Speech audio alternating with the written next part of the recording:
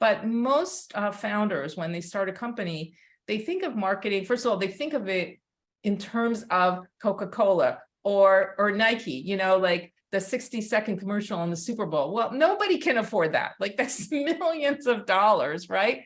And anyway, by the way, but for startups, it wouldn't matter even if you spent it because nobody knows you are.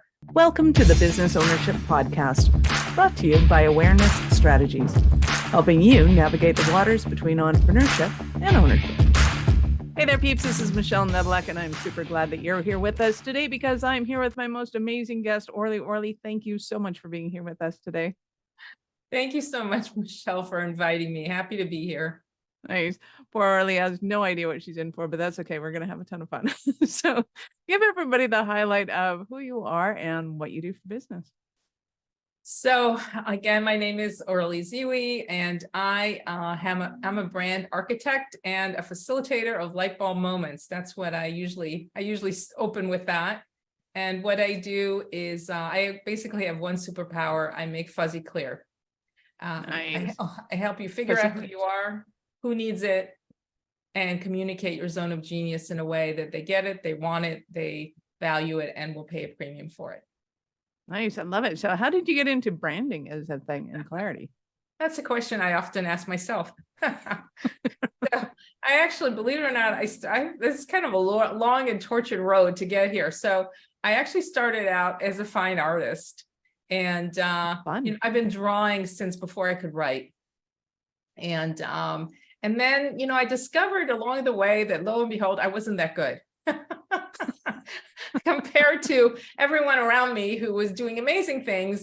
And, I was always, I can draw, but I Let's can't call it unique. Yeah, I can't like draw in all capital letters with exclamation points. So I decided that, what I realized is that I actually like solving other people's problems more than my own creative problems. And so I went to school, got a degree in graphic design. This is years ago when, people barely knew what graphic design was. And I actually went to a really top design program in the country. And then I did that for a really long time. I had a design and marketing communications firm for 14 years. I had lots of great clients. We did very complex and comprehensive marketing programs for a variety of clients. And then the internet happened. Damn internet. Yeah, exactly. I had two kids, right? I had two kids. The economy tanked. The internet happened. So much has happened in the 2000s. There was a lot of stuff going on. And what I realized is I didn't want to become a web designer. I'd already done the print. I'd been doing the design piece for a long time. Our focus was really logos and identity programs. But what I discovered is that I could still use that very rich background and help my clients navigate the web through a lens of actually differentiating themselves and not looking like every other person on the internet. And, back then, of course, people just literally took a brochure and stuck it on the web, put it on their website. That was considered, revolutionary. And then, I discovered that I really enjoyed that. I found that, people really struggle with that. They struggle with their web presence. They don't really understand the whole idea of user experience. We talk a lot about UX and UI, and, we throw these acronyms around, but most people don't really understand what any of that means. And, just to clarify, so UX is user experience and UI is web design. And people now just talk about branding as sort of instead. I don't call myself a branding consultant. I'm a brand consultant because I think of, and I know that a brand is more than just the logo, more than the identity. It's a whole experience. So I've been thinking about this for 20 years, like literally in that space for 20 years. I was teaching it. I was actually developing workshops in the early 2000s on this, back when, people didn't even know anything about it or why it was important. And what I found really interesting and surprising is when the pandemic hit. I've now skipped quite a couple decades here, but all of a sudden the pandemic hits and everyone is online, and it's like, oh my God, nobody knows who I am. I don't know how to differentiate myself, right? So all of a sudden I found myself in this really interesting position of being somebody who'd been doing this all along, and now I could really help you. And so I'm actually developing a course on how to brand yourself on LinkedIn, and hoping to launch that in early June. Nice. I love that. Well, and I love talking about branding too, because I think it is highly overgeneralized, to say the least. It's kind of like coaching is now. It's like, yeah, that's not what we're talking about, but okay. So let's kind of delve into the whole branding concept, because I think depending on where you are in business depends on what your definition of branding is. Somebody that just wants a business card and a website is completely different than Coca-Cola. I perceive those to be kind of opposite ends of the spectrum, but let's kind of hone in on what your idea of like, where are the parameters of branding? And then we'll kind of hone in on what's going on the inside. So the first thing I'm going to tell you is nobody needs business cards. Or exactly. I mean, seriously, I haven't handed out a business card in forever, because all I do now is, I hold up my phone. I have a QR code. My QR, right? Or I look for you on LinkedIn and we connect right away. All my information is on LinkedIn. It takes you to my website. And I do have a digital business card, but I rarely use that either. It's just, honestly, everyone goes to LinkedIn. You're just and there's my QR code for my LinkedIn. There you go. Which while we're talking about it, I should have one of those, right? I know. Here it's shoemaker's children syndrome. I don't have it is 2023. Except for my website. I will say, like, I've really put a lot of effort into my website to really get it to be user friendly, because ultimately it's not for me. And that's something that people don't understand about their website. They create content as if they're talking to themselves. And then they wonder why there's no conversion, why they don't get traffic, why, their visitors don't turn into prospects. And that's because if it's not about me, I don't really care. Right. I call that mirror marketing. And I'm like, you are not your ideal client. You're not. You can't right? be. You're just doing this. That means nothing. Like the key. So where I've kind of landed with all of that, and this is true with branding in general, is that the content needs to resonate with something that is true for your ideal client, not for everybody on the planet, just for the people who actually want this, need this, value it. Now, you mentioned Coca-Cola, and that's the B2C space, and I'm not in the B2C space. I'm in the business to consumer. I'm in the business to business. So I tend to work with service industry businesses, whether it's coaching or healthcare or legal, or I'm trying to think of who I'm working with right now. I mean, innovation centers, places that are looking to really break out of, they're just either starting a business and they're trying to really break out and stand out in their field, or companies that are really looking to rebrand. And because this is something that I've discovered, is that most people, when they start a business, do not do any of the things that I do, that I suggest, as in figure out who you are, figure out who they are, figure out what they care about, and then talk about that. So, yeah. Right. And they don't. Any reason why you think they don't, or is there a point at which they do start thinking about it, and it's like, oh, okay, I just got to work towards this point, and then all of a sudden it'll make sense again? So I wrote a book about this. So Ready Launch Brand, the lead marketing guide for startups. I actually talked to 25 entrepreneurs around their marketing journey. And what I found, and it was interesting, because it was almost like my words. And honestly, I didn't pay any of these people to say these things. But from 25 years, 30 years of experience, I've learned a few key things. One is that people tend to think of marketing as something they'll get to eventually, which is why my book is set up around marketing myths. And one of them is, we'll pay for marketing when we have money to pay for marketing. I love that one. Yeah. And the problem with that is, of course, that never happens, because People tend to think of a pie, and this is, I actually almost had this in my book, and then my editor said, don't put that in there. So, so if you think of your business as a pie, and then you have a teeny, teeny, teeny sliver for marketing, your pie never gets bigger. But if you take a big chunk of that pie and you invest it in marketing, lo and behold, your pie doubles, triples, it gets bigger, and then there's more money for marketing. That's kind of how that works. But most founders, when they start a company, they think of marketing, first of all, they think of it in terms of Coca-Cola or Nike, you know, like the 60-second commercial on the Super Bowl. Well, nobody can afford that. Like, that's millions of dollars, right? And anyway, by the way, but for startups, it wouldn't matter even if you spent it, because nobody knows who you are, right? The reason that Nike, Nike and Coca-Cola and you know, these car manufacturers, and you know, the reason they spend that kind of money is because if they didn't, people would think they were going out of business.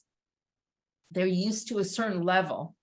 A startup, nobody knows you. So the goal in those first few years is not to have money for some large advertising campaign, but to start to build buzz, use social media effectively to start to really build awareness. Like, that's really the first step. People have to know that you exist before you can start to advertise. Yeah, absolutely. So let's start with the social media friends, because I know a lot of them are going, okay, I'll just splatter everything everywhere and see what happens. And what happens is burnout. Don't do that. Don't do that. So talk to me about your opinion on that. Oh my gosh, where to begin? I have a whole chapter on that one. So here are the three big mistakes that people make. First is they try to do too much on too many platforms. And the first step I would say to you is figure out who the client is and who's your ideal client and where do they hang out. If you're talking if your clients are under the age of 35, you're going to need to have an Instagram account, maybe TikTok. I don't know. TikTok, I will tell you right now, I don't know a whole lot about TikTok. But for B2B, which is my space, you're going to want to be on LinkedIn. And of course, I used to be on Twitter also. We'll leave that conversation for another time. So that's the first problem, is they try to do too much over too many platforms. They crash and burn. And then what happens is you end up with, like, you know, 3 followers on Twitter or like 2 followers on Instagram. You know, to me, it's like, just get off of those right away. Pick one and then really commit to it. Then the second problem that the second big problem I see is that they hire an intern to be the voice of their brand. It's like, that makes no sense to me, right? It's especially in the beginning, the founder is the brand. So they need to develop their brand voice, which of course is something that I've worked with founders on, because a lot of times they don't know what that is, right? They think it's just, oh, I'm just going to put a bunch of content out there. But again, it's about being really strategic. And then the third mistake that they make is they don't really feed the furnace, right? They kind of put it out there, and especially I'm very familiar with LinkedIn, so I'm going to focus on that because that's in the B2B space. And there's the pitch and forget, right? So you connect with people, but you never really use it for anything, or you engage maybe once every few months. The problem is that because of the algorithms, LinkedIn keeps track of that, and so if you're not engaged, then even when you do engage, it doesn't go up. Like, people don't connect with you that way. So those are the 3 things, that I have found. Yeah. Thanks. Well, and let's stick to LinkedIn, because I think it's particularly entertaining in that I know that that's where my clients are, but it's really boring. Like, God, do I really have to hang out here? So every once in a while I have this spurt where I go through and go pitch, and then I end up with all these marketers as my contacts. And I'm like, probably just totally destroyed. Yeah. So, if we had more time, and maybe we could do this offline, but I would take a look at your profile. And the first thing I would look at is, what are you saying here? Because if you're getting all these marketers, then your profile it's not really positioned. It's not branded in a way that gets people to understand why they, like your ideal clients, to really focus in on that.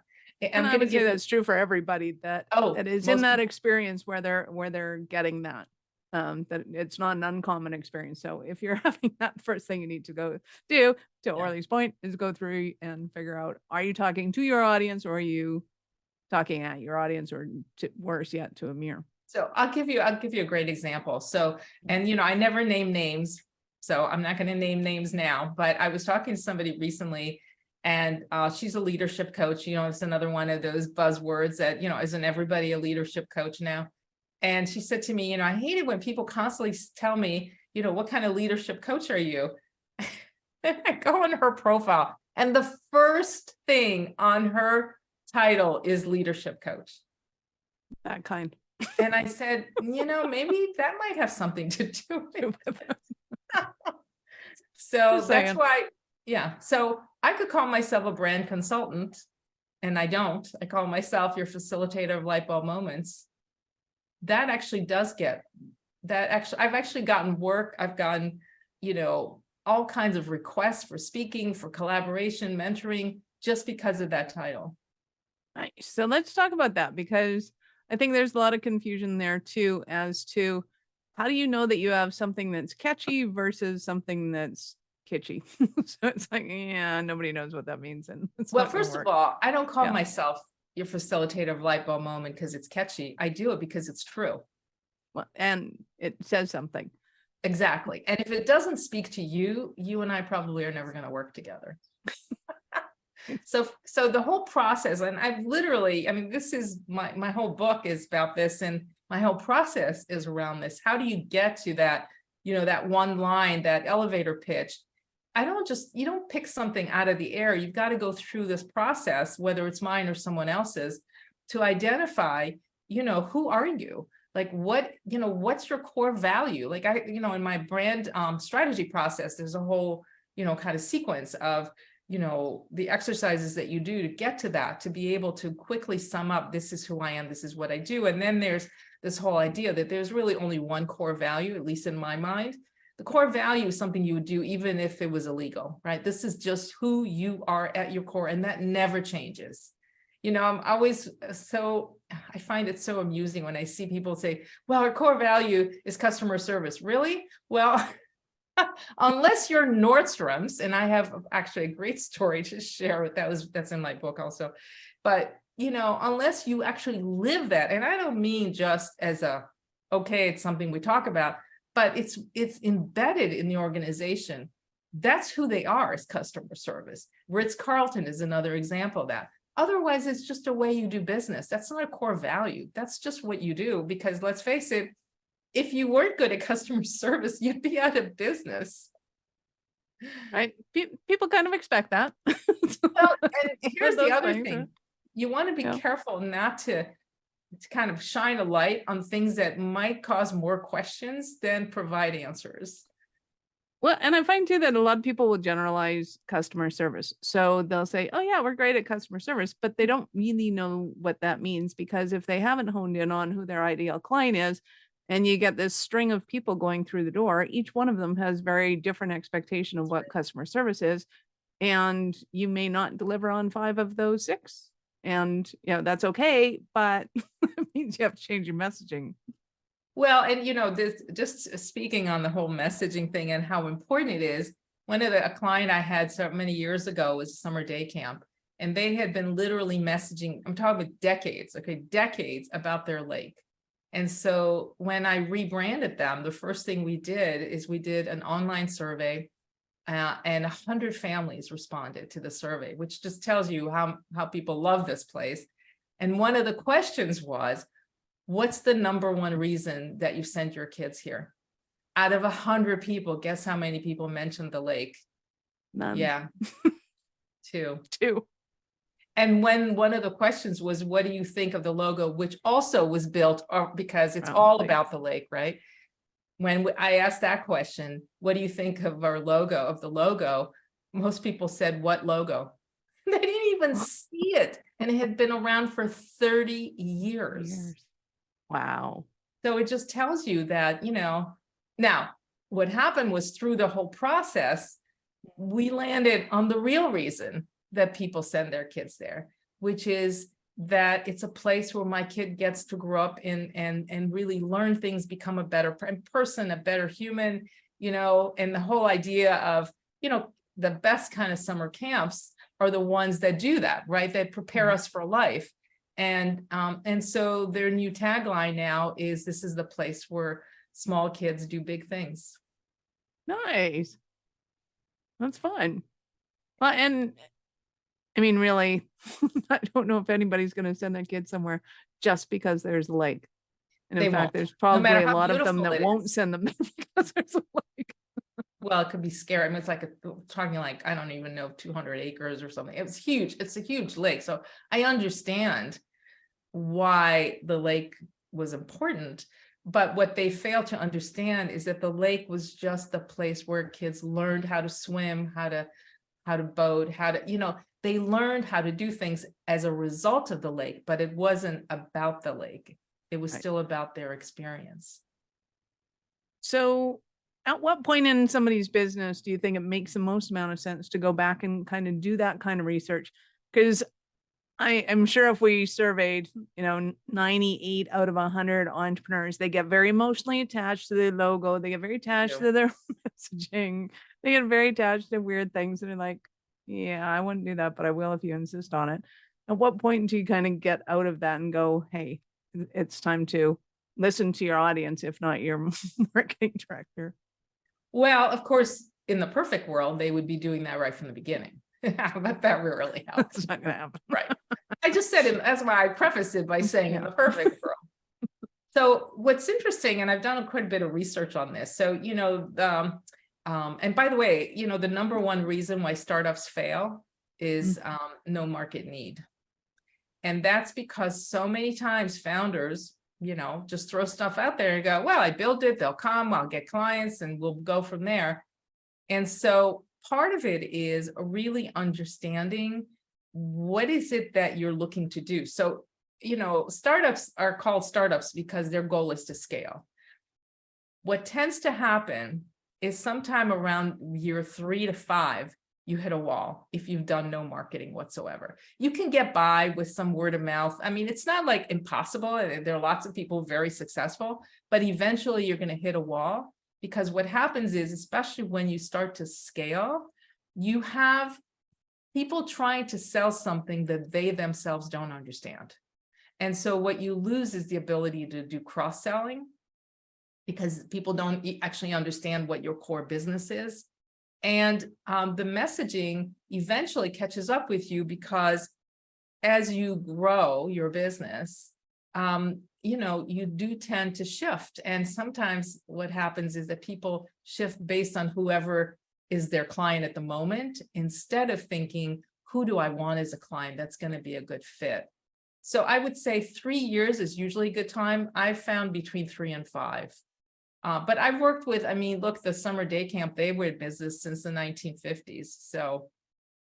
Well, and I think too that times change, right? I mean, a lot of big brands, went from full names to acronyms. They went from, one color to another. Some of them did a huge overhaul, just to be more modern. And then at some point in time, I would think, 20, 30 years, you kind of have to do that. Oh yeah, there's a difference between, you're asking an interesting question, because there's a difference between changing who you are at your core versus staying with the times and updating, but not changing your core value. So, and what tends to happen is, the reason people do this is because there's a problem. They're either flat sales, they can't get good people, their brand has, fallen on hard times. There's something that happens, or there's been M&A activity, and somebody bought them, and now there's a whole, right? So there's always something that precipitates the need to do this. It's never just somebody going, oh yeah, I think we'll completely change everything and spend $100,000 to change all of our materials and our trucks and our uniforms. And nobody does that. Yeah, no. Awesome. So who would you say that you serve and support? Who would you say your ideal client is? So right now I would say I work with a lot of solopreneurs. But I also work with, like I said, B2B companies that have kind of lost their way, and are really wondering, why they're not as successful as they used to be. But really, it's entrepreneurs, startups, early stage, or even companies that are going through a major shift, and that's the reason why they need help with their messaging. Everyone has a website now, so it's not about building a website. But often what happens is there's almost like a precipice, like all of a sudden everything kind of falls off the cliff, and they're not able to really use their website in any effective way. And the first question I usually ask somebody is, what's your conversion number on your website? And they're like, huh? A what? And usually I get, especially younger companies, I'll usually get, oh, nobody goes to our website. We just have one because we need one. I'm like, really? Okay. And if nobody goes there, why do you need it? Exactly. Because if you So don't give us have an a website. example of one of your Cinderella stories of your client year. The summer camp was awesome, and Yeah. you have another? Gosh, I'm trying to think of a more recent one. Oh, so here's one. This is one I worked on when I had my design marketing communications firm. And I love this story because this was a fertility clinic. And they were literally handing people out their new patients when you would first come into their office. They would hand them, like, I don't know, 6 double-sided Xerox stapled pieces of paper in black and white, not even color. Here's a bunch of information. And we literally built them from the ground up and did all of their, kind of really created the brand, and then also built 3 brand extensions. So, and one of our most fun and most successful campaign was for the sperm bank. And I love this story. So you really haven't had fun until you sit around a table with a bunch of doctors and nurses talking about the fact that they can't get people to donate to the sperm bank. And it turns out that one of the things about their sperm bank that was quite humorous is the phone number. And I swear to you, I'm not making this up. The phone number was "Call Nurse Love." That was actually her last name. And so we got rid of that and came up with the whole campaign themed around, and of course this is going to college students. So, because we also decided where the cutoff was in terms of age. I mean, we really kind of developed the entire thing. That campaign was all built around, it was a seasonal campaign. So in the winter, it was freeze your assets. Cute. I still have the posters somewhere. And every time a poster would go up, the phone would start ringing. Every time the poster came down, the phone would stop ringing. I mean, it was literally the most successful thing we ever did because we understood how to connect with people who, this is not a decision that you were just like, oh, I think I'll go donate sperm, So, but it was really interesting. It was a very interesting project. That's awesome. I love it. So what are some of the stumbling blocks that somebody might be going through as they're listening to us, going, oh my God, Orly, I need you so badly? They think it's going to take months and months, and it's not. Just the brand strategy piece, each component. So there's brand strategy, messaging strategy, then there's web strategy, and each of those pieces takes about a month. And they also think that they're going to be doing this every day and it's going to take up all this time. It's not. And they also think it's going to be painful, and it's not. It's actually going to be really fun. At least that's been the feedback I've gotten from my clients. And they also think it's going to be really expensive. And here's the thing about marketing. People tend to think of it as an expense, something that lives on your balance sheet, and really it's an investment.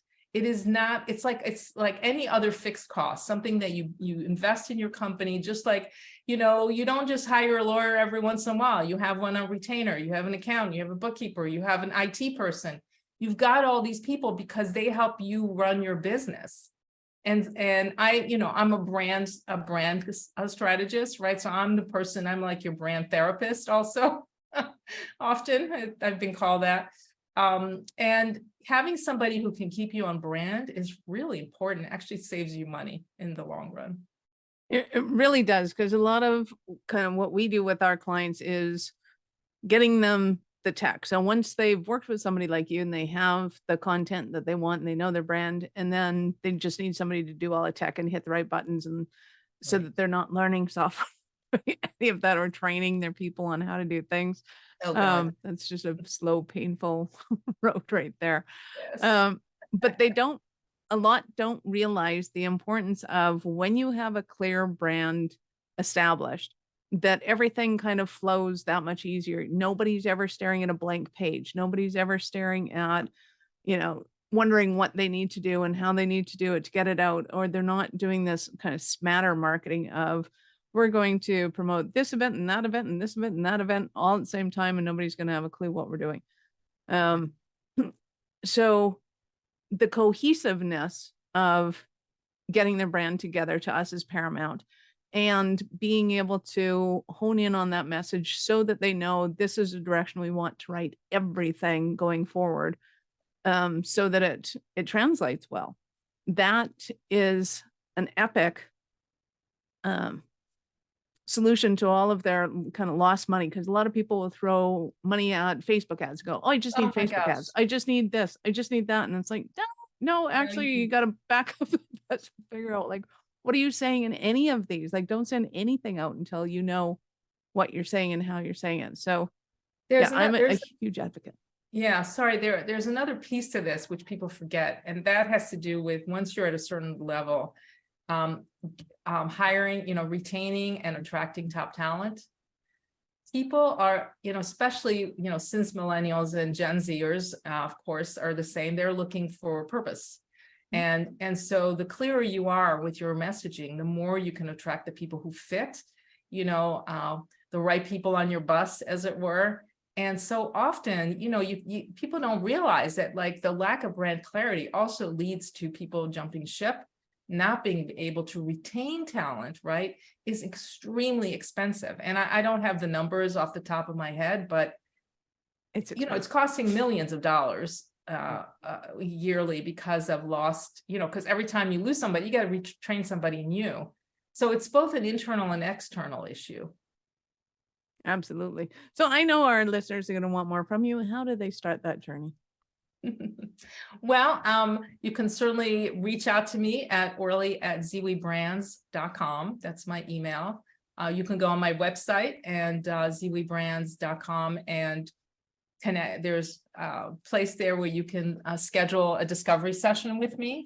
And you can connect with me on LinkedIn at Orly Zeewy. As far as I know, there's only one on LinkedIn, so it shouldn't be hard to find me. And there's also a link in the About section. There's a contact that you can schedule a call with me.